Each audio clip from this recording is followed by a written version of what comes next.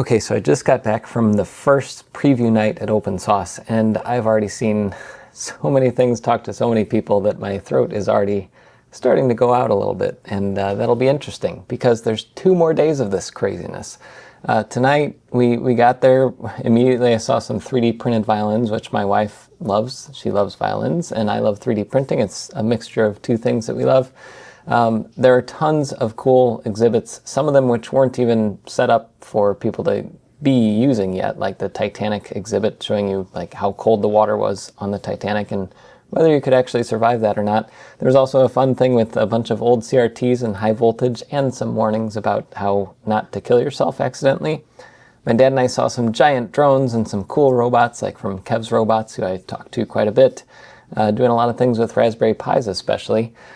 There are also little robots that kill each other. I will have to go back there because it looks like they're setting up to actually have like a death arena for these little robots. There's also crazy things like, this is the most probably useless thing because you can't set anything on it, the Stream Deck desk. Anytime you press a button it does something, but very cool and very impractical, but definitely a head turner. And also another head turner, which last year OK Design had this thing with balls that would go up and down.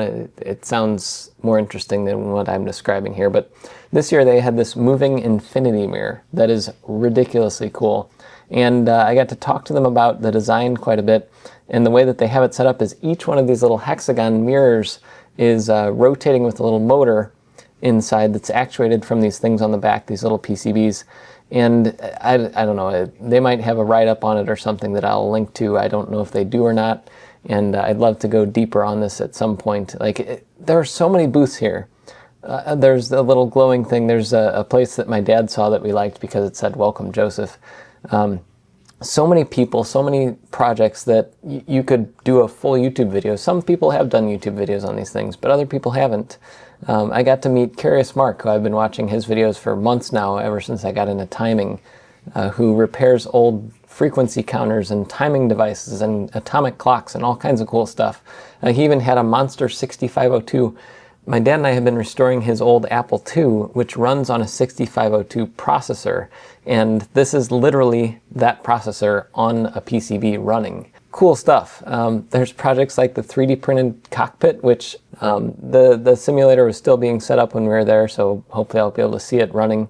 I also saw over here, it looked like Ren from Corridor Digital, his face was printed and it was saying, "Slap it as hard as you could." I don't know what that's about. Again, you know, on the day of tomorrow, maybe some of these things will be set up for people to actually do things with them. Some of them, they're more complicated built, so they take a while to get them set up. There's also this thing, which is, don't walk near it. That seems like it'd be a death trap. If you're inside of it, you're probably okay, but if somebody else is doing it, you don't want to get within a couple feet of that thing. We also found this walking bench, and it's not only a walking bench, it is also complete with a drink cooling, like little cooler built into it. I don't think it holds like 500 pounds or anything, but definitely one of the wildest little random things that I saw walking around there. I also noticed this little ADSB. So I've been researching SDR with ADSB for a while, and I've had a few different setups. I haven't done a video on it yet. I will at some point. But I saw the little ADSB sticker sitting there, and that's on a little ADSB setup from NASA Ames Research Center. So nobody was at that booth, so I didn't get to talk to them about that particular setup. Also, this was somebody's thesis project. I don't know if you've seen the video about Disney, that they made like these movable walking, spinning things where you can like stand there and walk and you stay in one place. So it'd be awesome for VR or AR, that kind of thing.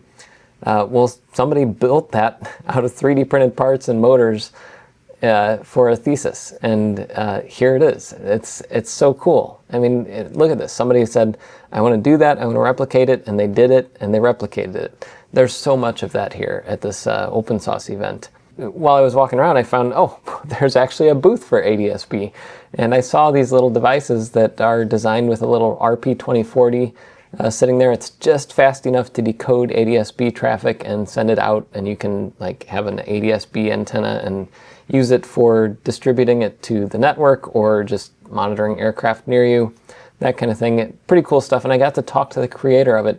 That is the cool thing about this. It's not only you see these neat projects that you read about on Hackaday or you read about on Hacker News or something, you can talk to the people that made them. Like, so many of them are here.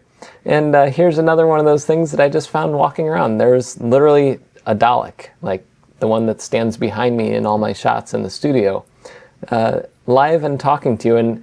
And I haven't talked to the creator yet. I hope to at some point this weekend. He even had a little voice modulator that made him sound like a Dalek, and he was great. What a cool exhibit. What a cool robot that he's built. And while I was walking around, I just found there was this random thing. It looks like custom speakers. I don't know what they do, but they had a Raspberry Pi in them, so I had to take a shot of it. Then, of course, I found a 3D printed backpack. Now, Mitch 3D used to be from St. Louis. Now he moved away.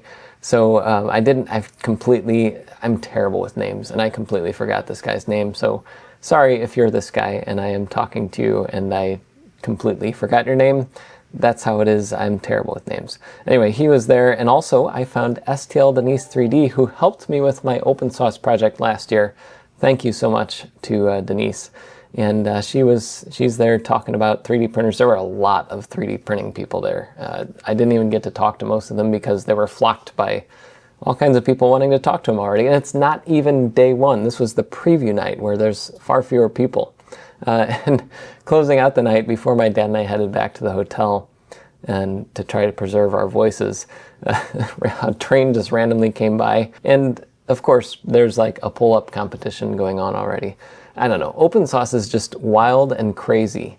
And this is not even day one yet. It's going to be wilder and crazier tomorrow. So anyway, I thought I'd just do a quick video of this to give people an idea of what kind of wild things you'll see.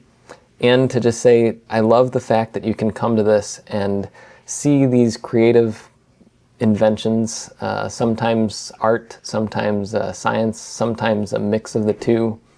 And you can talk to the people that make them because it really gives me ideas for things that I can do or talk about. And it also gives me a lot of ideas for things I want to show, like, here's a thing you can do and explore. And it's not just for fun. You can turn these things into careers, learning about SDR or learning about microcontrollers or programming, robotics, ways to install things in different ways than they're intended. You know, despite all the insanity and craziness and wacky things that you see sometimes, there's so much inspiration in an event like this. I just love coming to it. And I can't wait for day 2. Well, day 1, I guess. It'll be day 2 for me, but day 1 for the general public.